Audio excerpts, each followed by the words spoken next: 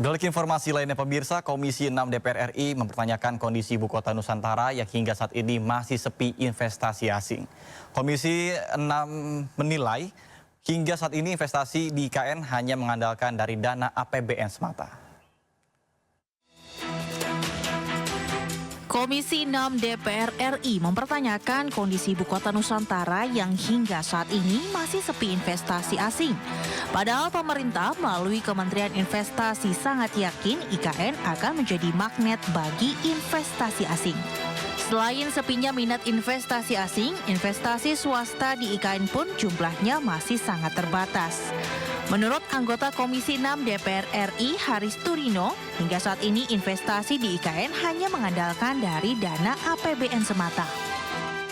Termasuk 2 rapat kerja terakhir, Pak Menteri dengan keyakinan penuh mengatakan bahwa akan banyak, sekali lagi akan banyak investasi asing yang masuk ke IKN. Ya. Tetapi kalau kita lihat faktanya, sampai sekarang tidak ada satupun saya mendengar ada investasi asing yang sudah merealisasikan investasinya di IKN. Sementara itu, Menteri Investasi yang juga Kepala BKPM, Bahlil Lahadalia mengakui, sampai saat ini porsi investor di Ibu Kota Nusantara seluruhnya masih dari penanaman modal dalam negeri. Pasalnya, pembangunan tahap pertama IKN belum rampung seluruhnya. Bahlil memperkirakan masuknya investor asing akan mulai terjadi pada Agustus mendatang. Usai pembangunan tahap 1 selesai dan pemerintah mengizinkan investor asing masuk ke IKN.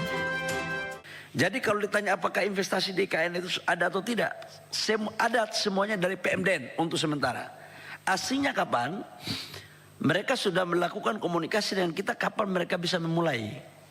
Tapi kita katakan bahwa setelah tanggal 17 Agustus baru kita lihat karena infrastruktur mereka di klaster kedua itu baru bisa clearkan, baru bisa clear. Berdasarkan data Otorita IKN, hingga groundbreaking tahap 6 investasi swasta di Ibu Kota Nusantara tembus 51,3 triliun rupiah.